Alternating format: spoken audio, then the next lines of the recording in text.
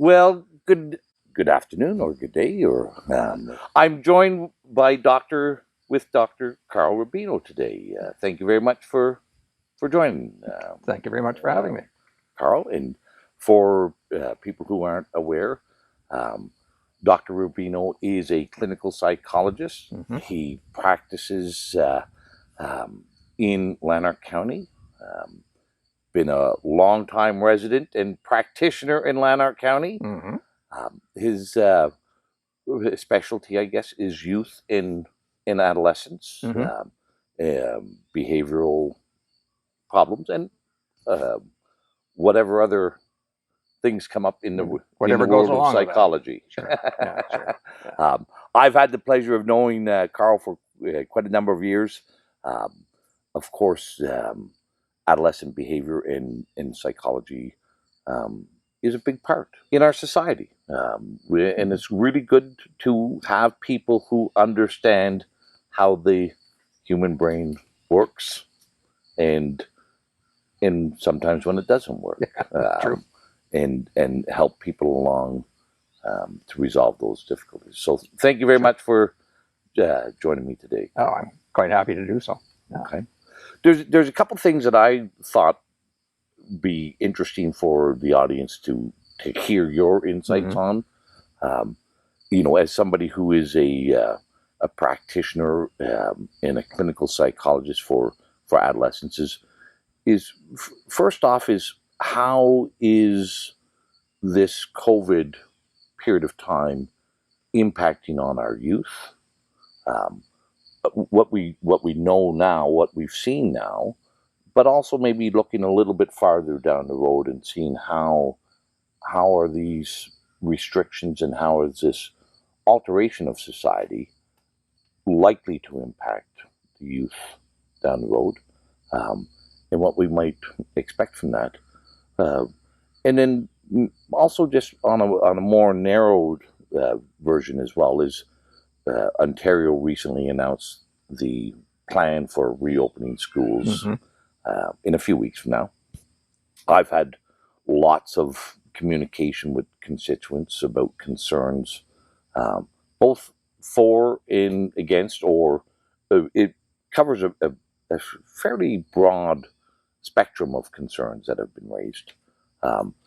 And maybe your thoughts and insights on what the plan is, how you think that may impact, if there's other things I guess one of the things would be if there's other things that parents ought to consider and be aware of as they see their children, their sons and daughters progressing, and if there's things that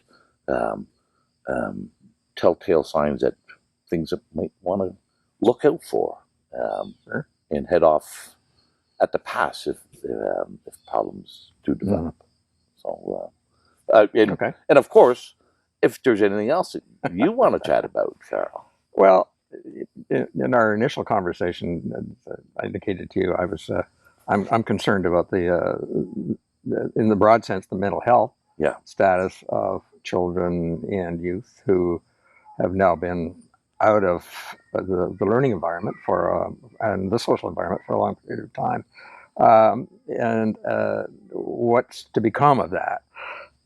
With respect to adolescence, we were talking a little bit earlier. The literature clearly indicates that a lot of these adolescents are going to be coming back to school with increased anxiety, increased levels of depression, increased levels of social isolation, in spite of the fact that they have been on social media with their friends. It's not the same interacting with your friend on social media as it is interacting face-to-face with your friend. It's a very different... It's a poor second choice. It's a very poor second choice. And as I was indicating earlier, in fact, the most recent evidence suggests that being on social media with your friends as an adolescent increases the likelihood of loneliness and depression, not decreases it, which is kind of antithetical to what you would think. Well, it is, but we've also seen some evidence of that in prior, where I've seen, and if I can characterize it correctly or somewhat correctly, is the explosion of social media over the years has had some really negative impacts on adolescents, especially from the literature I've seen, and especially on young girls. That's where we've seen a significant rise in things like depression and anxiety and behavioral problems, and these are not just a little bit of depression or a little bit of anxiety. These are some pretty profound um, um, um, levels of depression and anxiety, and so the most recent literature is also showing that has um, been amplified, I guess, or exacerbated during the last 5 months with COVID. That's right, and there's no question that depression, in particular, anxiety and depression with girls, has increased significantly over the years to the point where it's almost pandemic. That's not the right word to use, but it's very significant. And what you find often with adolescent females is that they're all sitting around talking to each other and reinforcing their anxiety or their feelings of depression to the point where they're almost competing with each other. And I've encountered this in my practice. Right. Sort of like that times. Positive feedback loop that is amplifying the very things that you're using to try to deal with it end up amplifying. Precisely. And our what do you mean you're not taking any medication for depression? Yeah. Well, maybe I should talk to my doctor about getting medication. I mean, you get that kind of snowball effect going on, and that's not healthy at all. That's one end of the problem. Another end of the problem is with adolescents, again, going back to school. I'm not so concerned about the loss of learning with the adolescents, because I think that they'll pick that up. They've already got a good base of learning. I am concerned about the little guys, the little kids, and their learning, because they don't have that base to build on. And so when they go back, there are going to be a lot of hits and misses, I think. Forget about just the learning process alone, let alone any sort of emotional or social relationship problems that might occur there.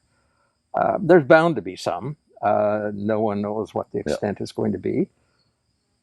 Parents, the one advantage of the plan for if in Ontario for going back to school is that parents have a choice.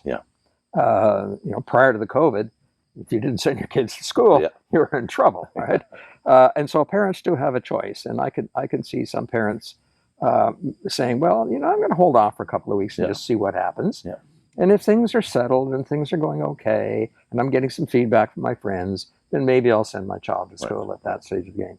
That's the nice thing, is you have choice. Yes. Well, listen, it's always good to have choices in life. So, absolutely. But going back, I think that's an important, school and our education system provides a multitude of benefits for society and for our students or children that are going there.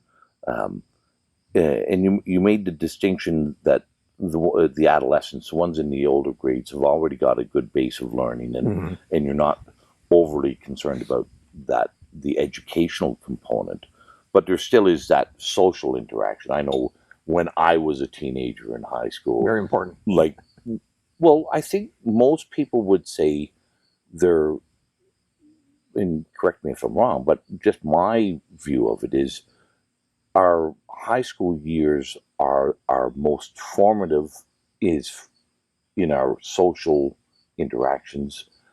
They are the most, I guess I would say, have the most long-lasting impacts and effects on as you progress through life and become a responsible individual in society.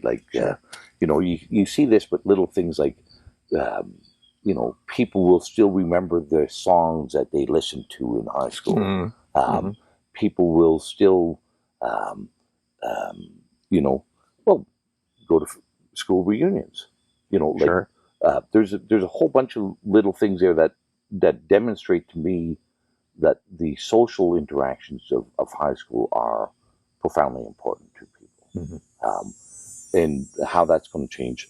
But just to pivot back to the education of young children, kids in kindergarten and in grade 1 who have missed out on learning the alphabet, who have missed out on learning like yeah, 2 + 2 = 4. Basic math and literary skills. Like those are the foundational for all other learnings. And if they don't learn those things at an early and appropriate age, then I would think that could have some significant impacts down the road. Yeah, I agree with you. In my practice, in my experience, now this is my 50th year in practice, actually. And how many years? 50. 50 years. I'm a bit embarrassed to 23 years in Toronto and 27 years in Lanark County. The kids lose learning very easily. Young kids lose learning, as you know. I mean, when you had 2 months holidays, the teachers have to make up a lot of learning. That first month back is really sort of getting the kids back into a learning style, and to some degree relearning in a lot of kids relearning what they've lost over the course. Well, now we've got even more of a loss here, a greater loss. So it's going to take more to get those kids back. And if a child hasn't got the basic foundation for example, sitting in a classroom, paying attention, interacting appropriately with other kids, that's going to interfere with their learning process. But on the other hand, the other thing that strikes me, I think we're going to see a lot of, is parents raising concerns with the educators about the status of their child's learning. I had a primary example very recently of a mom who came to me, a very well-educated person, who's been working with her child through the learning process. He's in elementary school, and she's suddenly become aware, well, not suddenly, but it's become obvious that her child has some sort of learning problem. There's some things he's very good at, extremely good at, but there's some things he's not very good at. And she had no idea that was the case before. But now that she's had to take the role of a teacher as opposed to a parent. Over the last few months. That's right, over the last few months. Then it's become obvious to her. So, she's anxious about that. Right. I'm certain that there are many other parents out there who have had the experience of assisting their child during the online learning process and saying, why doesn't he get that? Or why doesn't she get that? And I'm hoping that those parents are prepared when their child goes back to school, particularly after the child gets settled in, to go and talk to the teacher and express your concern and see what the teacher is noticing. Because it may be that there's going to have to be an intervention for some proportion of those kids. And I'm talking only now about children with a learning problem. I'm not talking about children with behavioral problems. Right. That's another matter. And I think we'll see more of that with the fact that children have been in unstructured situations for an extended period of time and are going to have difficulty readjusting to a classroom. And I don't care whether the classroom's got 15 kids or 30 kids from a behavioral perspective. Well, that's because there is that other part that has, there's been an absence of structure, and it's not just in the classroom, but also things like team sports. Oh, everything. We've had, this has been a really odd year to say the least. But like that, team sports is recognized as a fundamental and important use in the development of structure and social interactions and learning, and how learning how to work with one another. Helps. And that's just been off the table. I've got a question though. When we were that came to my mind is, have in the world of psychology, um, has there been any? I can't think of any time that would come close to what we've experienced in Western society with the lockdown, with the restrictions, with the prohibitions on social interactions.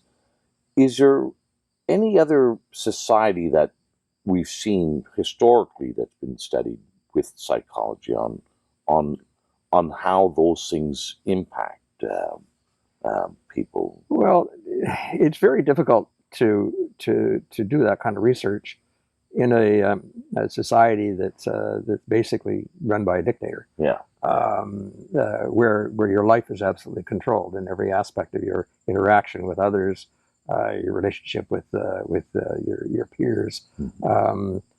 They don't want that kind of research being done, quite frankly.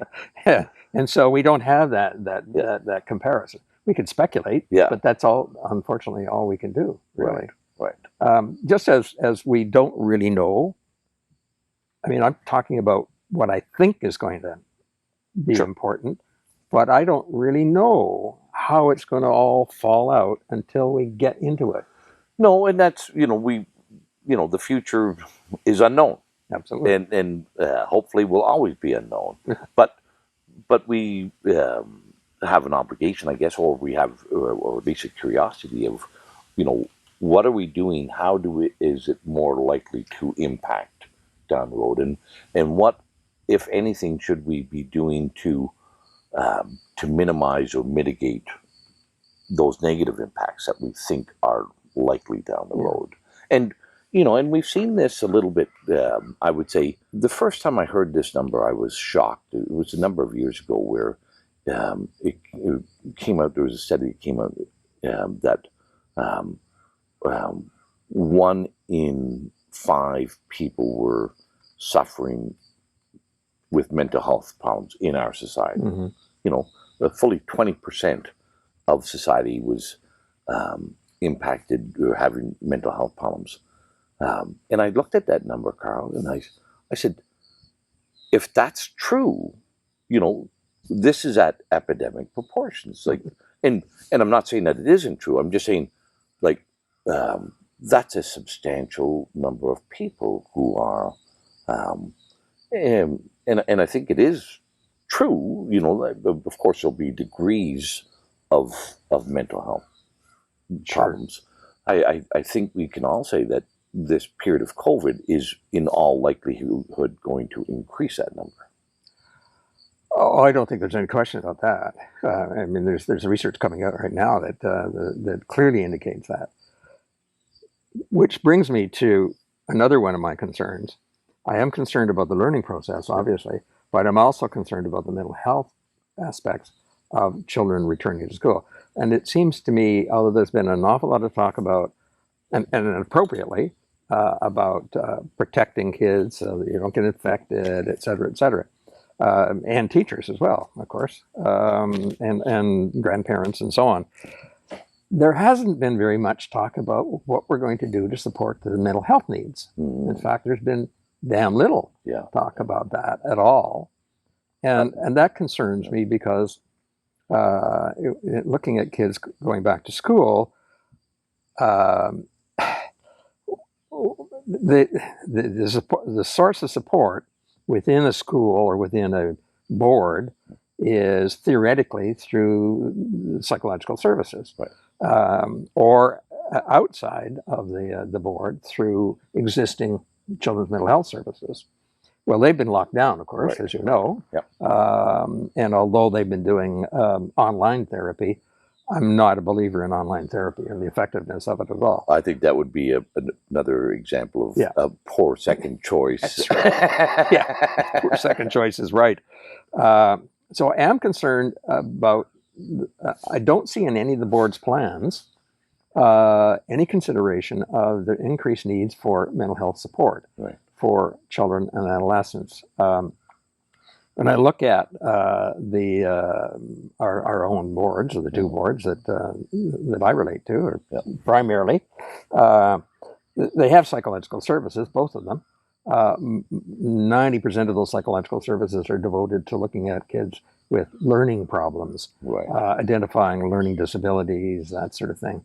Very, very little, if any, is devoted to looking at the actual mental health needs of the children, and doing anything about that. And that's a historical thing. When I started way back when, boards had very extensive psychological services, looking at a wide variety of problems, not just at the learning issues, but looking at the social, emotional, and mental health issues as well. And over the years, those departments have become slowly decreased, and their responsibilities have been decreased to the point that all they're doing primarily is looking at learning needs. That's not to say that's a bad thing. It's a good thing, but there's the other side of the coin that I think is missing, and I know is missing. So this social and emotional development in those needs and those in where youth and children are maybe experiencing difficulties, you're suggesting that we don't have the proper supports in place right at the moment or enough of those proper supports. We don't have enough of those supports in place. There's no question. Right. Yeah. And in all likelihood, this is going to be there's going to be a greater need. Yes. That's right. As this moves on. And you can't build that resource up just overnight. Right. I mean, it doesn't work that way. Yeah. One of the things that I do in my practice is that to the extent that it's possible, I'm always in schools, observing the kids in the classroom, talking to the teachers, try to get a sense of what's going on within the milieu of that particular classroom, because it varies significantly. And it doesn't happen all the time, but it has happened to me that I've had a principal say, well, you're the first psychologist we've ever had in our school, visit our school. That's not very good. There was a time when the schools would have a psychologist assigned, as well as perhaps a social worker, and maybe a speech therapist, and they would be designated to be support for that school. I'm not suggesting that they were 100% there. But that you had somebody who was around and about, and who teachers could converse with and say, I've got this kid who's got some acting out problems, what I should be doing about it, and so on. That doesn't seem to be that capacity in the boards anymore. Perhaps in the larger boards, but not in the regular boards. No. There was one other, maybe I'd like to get back into that a little bit more, because I'm not sure what is actually being discussed and considered and examined about, like all the emphasis, all the discussion about the return of school is focused down onto, will there be masks, or what will be the exemptions for the masks? What is the class size, contact tracing or testing? That's been, and I see that there's a whole bunch of other really, really important elements in there, like are we going to have enough of those supports and those professionals to help with these mental health problems? And we know that that's, I'll share a story about a paramedic that I spoke with on the weekend, maybe to illustrate this. But that's where the discussion has been, is just on the most obvious elements of education and not necessarily the most significant aspects. One of my interests and concerns as well is like all the children who are wearing masks, teachers who are wearing masks. That is a blockage of communication. That is masking, I guess, is the right way. Masking facial expression, masking or impeding voice communication. But just facial expressions and recognitions. Are teachers going to have a more difficult time with things like discipline and structure in the classroom, as well as just being able to communicate and and understand what a child might need. Because you can look at a child, and even if they don't say anything to you, yeah, through their eyes and their facial expression, you can often determine, well, they've got that concept or they didn't get that concept and they need some assistance. So, I don't think there's been a lot of discussion from what I've seen on some of these significant. But I did want to share this because I think it's relevant and it's important. I was talking with a paramedic on the weekend, and he's a paramedic in the city of Ottawa. And when COVID first started, I talked to a number of the paramedics here in Lanark County, and the number of their volume just shrank. The numbers of people requiring paramedics diminished significantly, and it stayed very low. Fewer people going to the hospital, fewer people going to emergency. There were fewer transfers, like a significant reduction in calls. And so I was talking to this paramedic from Ottawa on the weekend, and he says their call rate has just gone through the roof in Ottawa. He said, the numbers of, and this is a paramedic who lives out here in Lanark County, but works in the city. And he said our calls on domestics, on suicides, on violence, it's all gone through the roof. And I said, well, I've heard that, but I haven't seen that happening here with the paramedic services, or not to the same degree, anywhere near the same degree. And he says it's obvious. He says, if you've been locked up in an apartment building for 5 months, as compared to being locked up in your house on 5 acres for 5 months, it's going to have a very different impact on you, in an extreme difference of, and so I'm not sure how that, we can see there will be impacts on mental health when we return to school and during COVID, but I'm not sure how that will play out. If there's going to be regional differences like that, or if there's other things that schools need to consider or ought to consider to not amplify that. Well, to the extent that the board policy with respect to dealing with COVID is available. I've looked at policies written by a number of boards, and quite frankly, the whole mental health issue is not mentioned at all. Or I'm sorry, I shouldn't say that. I should say if it's mentioned, it's almost secondary. It's certainly not a primary interest. That's a problem. Just skipping ahead to your paramedics concerns, I have to worry about, because when I deal with kids, I deal with families. And I think of situations that parents are in today and have been in for months now, of having, particularly moms. I must say, it's the moms. Moms who have had to be, housemaker, have had to be a mom, and had to be teacher as well, and juggling in some cases with shift work and dads and shift work. I mean, if anybody needs a medal, it's those people. It's those parents who have been able to successfully juggle it, and I think the impact on them has been very significant. Whether that will just sort of wash away, ease up as soon as the kids are back to school, back into a routine, and their primary concerns about infection has been reduced.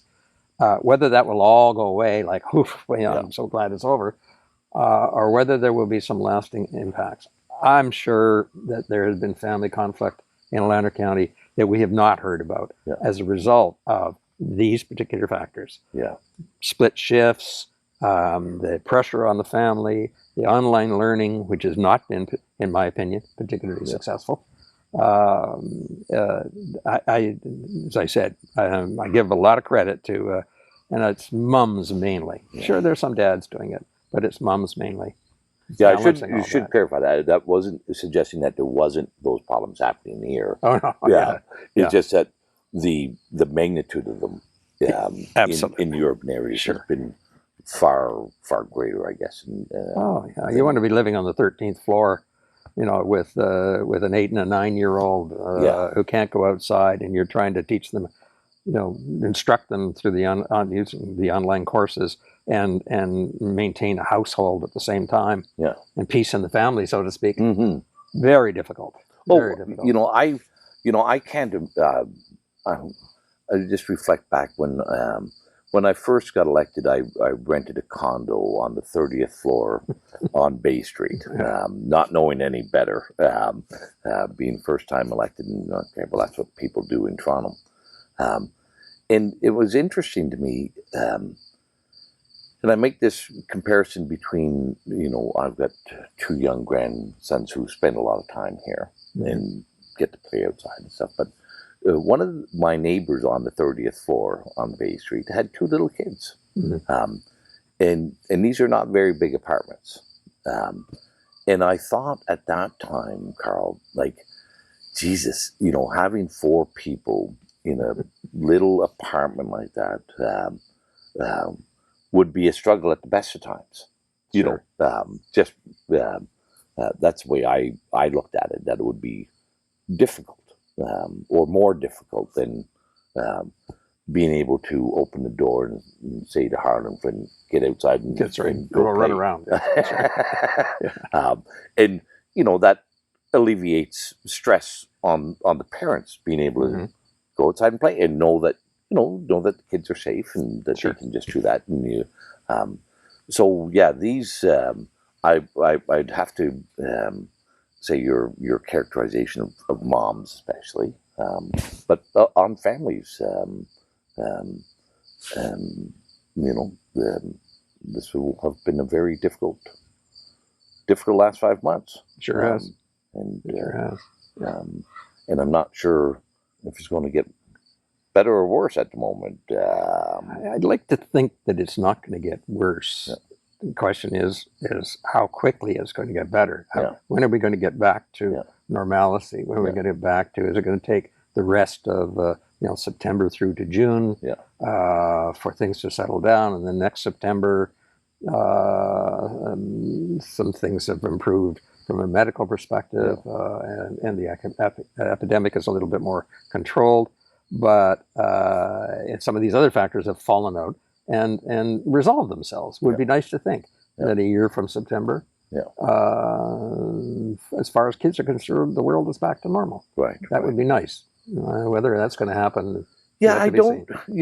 There seems to be even some segment of society that is calling for this to be, of course, the new normal, whatever new normal. Sure. I think that's quite an oxymoron for something to be normal and new. Again, those are things that we can't see into the future, how long this will be or the extent of it.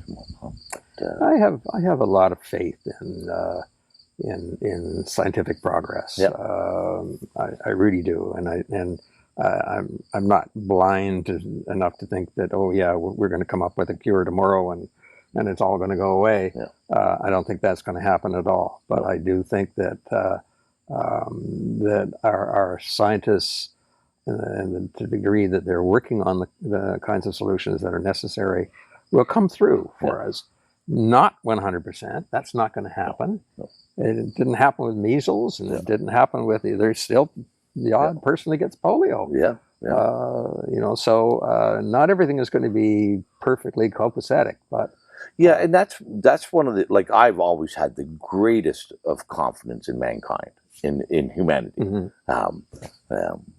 that, whatever difficulties, whatever crises, whatever struggles that present themselves, we overcome them. We have always overcome them. Absolutely. That's history.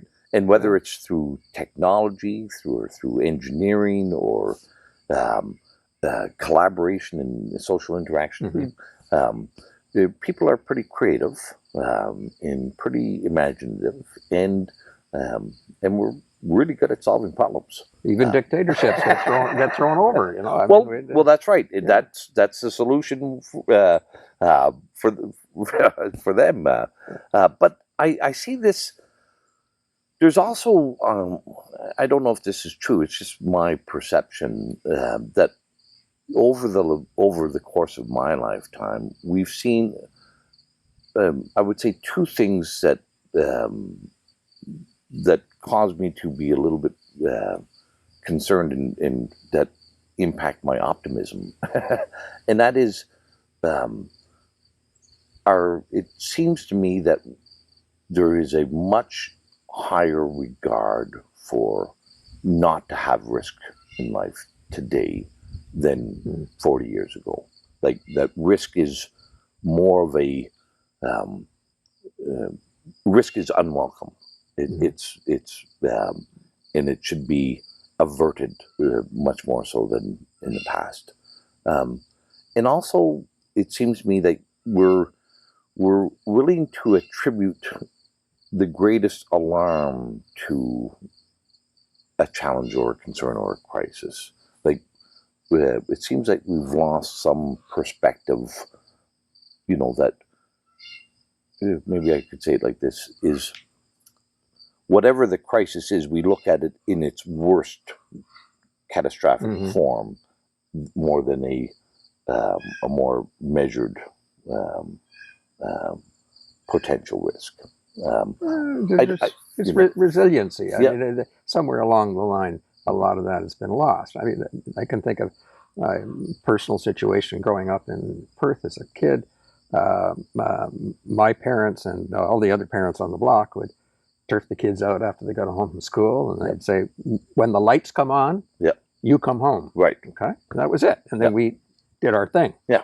As kids do. That doesn't happen today with children. Parents have become fearful, and they have been made fearful. Yeah. I'm not suggesting that they're not doing this in the best interest of their children. I think they are from their perspective, but the ball has gone a little bit too far the other way. Right. You're in a good situation here. I mean, you can turn your grandkids to take off for an hour or whatever until I ring the bell, and you can come home. Yeah. That isn't the case for a lot of parents, but nevertheless, there has been a general overprotective blanket that has been laid on parents with respect to the safety of their children. Yeah. If you look at the literature, the issue of pedophilia, for example, has not been significantly in increase in the last 30 or 40 years. It's been there. It's always been there, and maybe always will be there. But the fear that parents have of their children finding themselves in that situation has been increased significantly. Yes. I won't say blown out of proportion, but increased significantly. Yeah. And that impacts. I mean, the kids that are in the 30th floor on Bloor Street or whatever it is, they're not getting out anyway. So it really doesn't matter. But that sort of general protective layer seems to have been imposed on everybody. Yeah. No, that's my perspective. Is we've upped the bar significantly, and with some significant consequences attached to that as well. But then the other part of that, like I said, is that if something does happen, So sure, and I think they're two sides of a similar coin. But it's not that send the kids outside to play, and when the lights are off, we come on home. It would have been maybe say like this. Well, the worst thing that's going to happen is he's going to fall down, scrape his knees, and get a few bruises or Sure. whatever. And now it's, well, it could be abducted, and Precisely. you know, like this is, Yeah. or you know, whatever other grave outcome.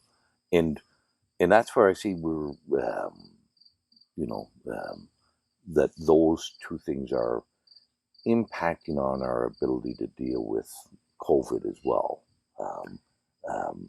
Yeah, the threat of COVID is essentially the same thing. I mean, if I'm a parent with a 9-year-old child, and I have all these concerns about safety of that child, there's not that much difference between that concern or that level of concern and being concerned about the child getting infected, or me getting infected, or my husband getting infected, or whatever the case may be. Right.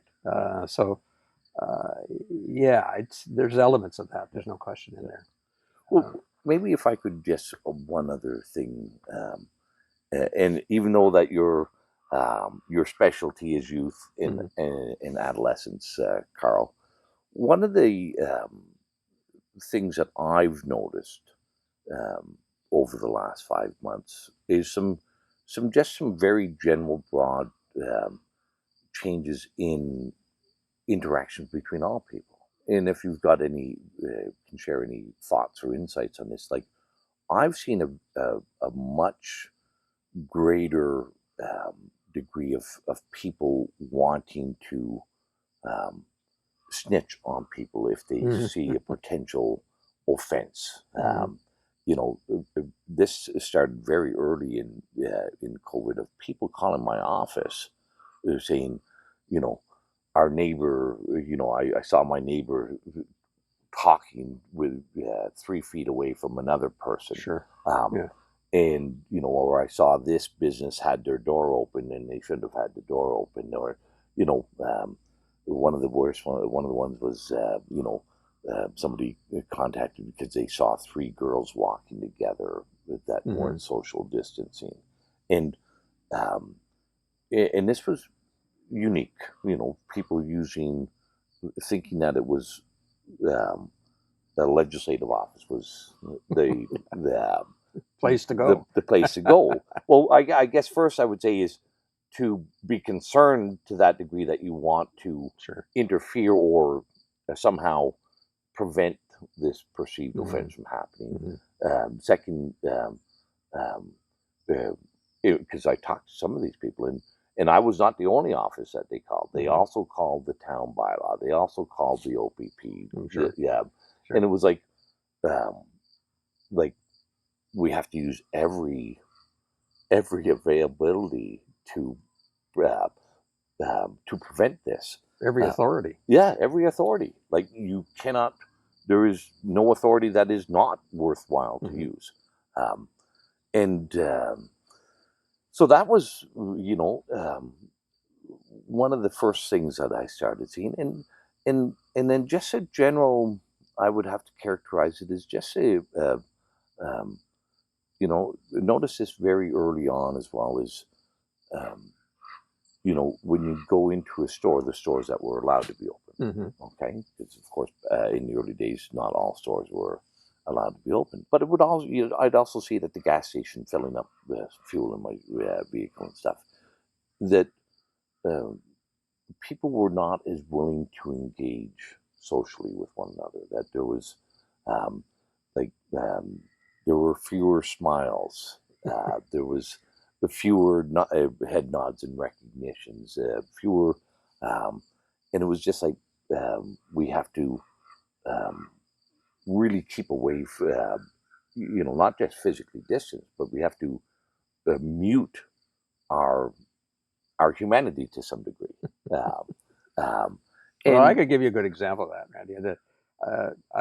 If I find myself in a lineup, I have a tendency to be talking to people. I talk to the people behind, or talk to the person in front, or whatever.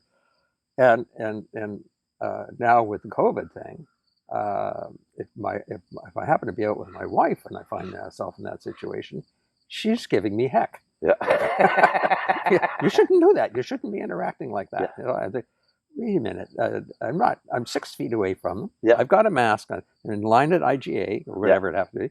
And I'm protected and they're protected. And why can't I just talk to them? Yeah. But there is a suppression of that. Yeah. There's no question about that. Yeah. People have suppressed themselves. And that's a very, very bad road to go down when you have to phone authorities and report on 3 girls walking down the street talking to each other, instead of going out and very politely mentioning to them, gals, you maybe should be a little bit separated here. And if they tell you to go to heck, well then fine, but you've done your job. Without even knowing, they may be living in the same house. They could be. Sure. We've seen many different living arrangements during COVID. Mm-hmm. People had to fundamentally change. Absolutely. And I've seen it here at my house. There's more people living in my house during COVID than before. Sure. And I've talked with many people that sons and daughters, daughter-in-laws, families have had to move into help with, because they have no daycare, no childcare. Sure. So grandparents are providing that. Many different. But this was, I guess, the thing was there was less willingness, or actually in some cases no willingness, to give the person the benefit of the doubt. That it was, that's a shame. And I see this as I hope I'm wrong on this, and I don't know.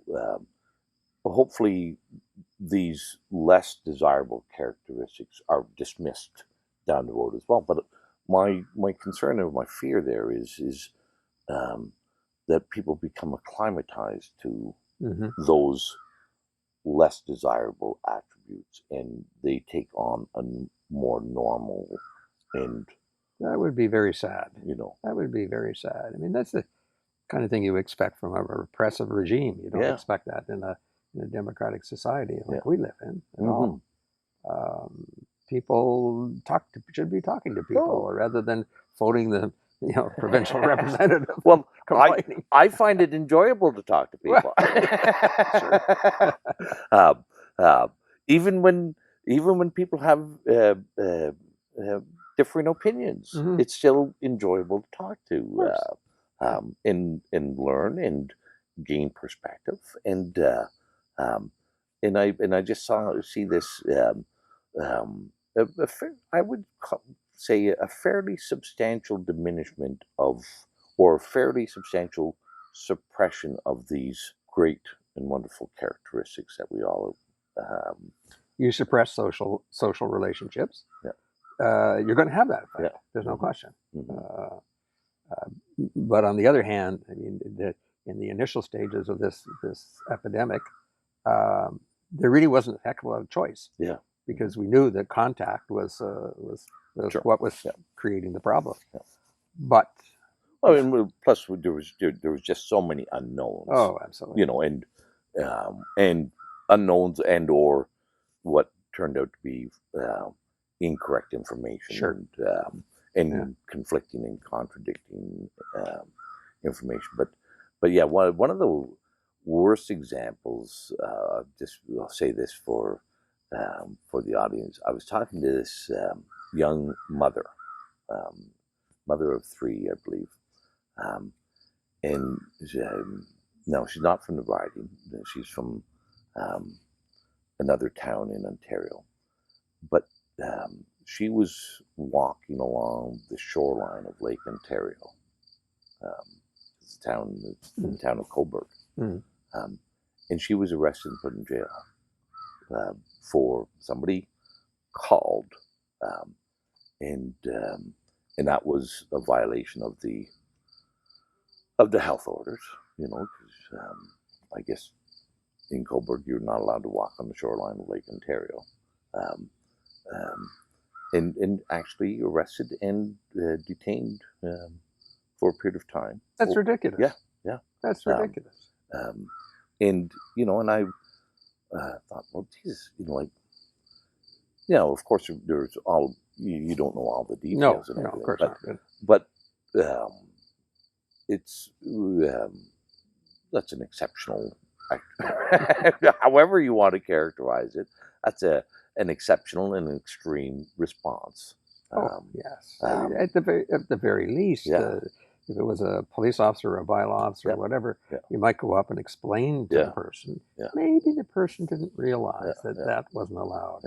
So give them the opportunity. Make sense. Use some common sense. Yeah.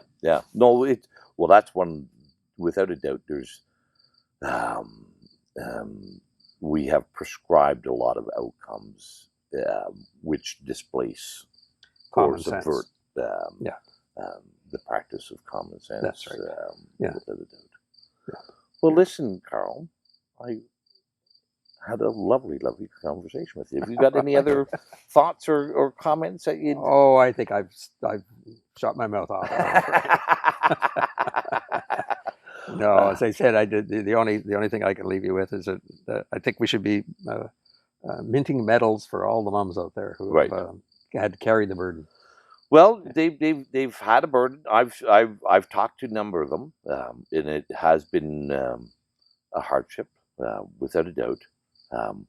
And I hope there's things that we do and implement to lessen that struggle and that hardship, and just lessen the overall some of the negative consequences that are in play in society right at the moment, and get us closer back to not that the world was perfect in February, but I think we could all agree that it was maybe closer to perfect than we are today. I don't think there's any question about that. But so once again, Carl, Dr. Carl Rubino, thanks for joining me out at my home outside of Perth. Very nice. Be under this lovely maple tree. It was nice to have some shade and not beaten down in the hot sunlight. And very nice. Okay. Enjoy it very much. We'll look forward to having some further conversations. Thank you, Randy. Thank you. I'd shake your hand, but we're not doing that these days. Okay. Right on.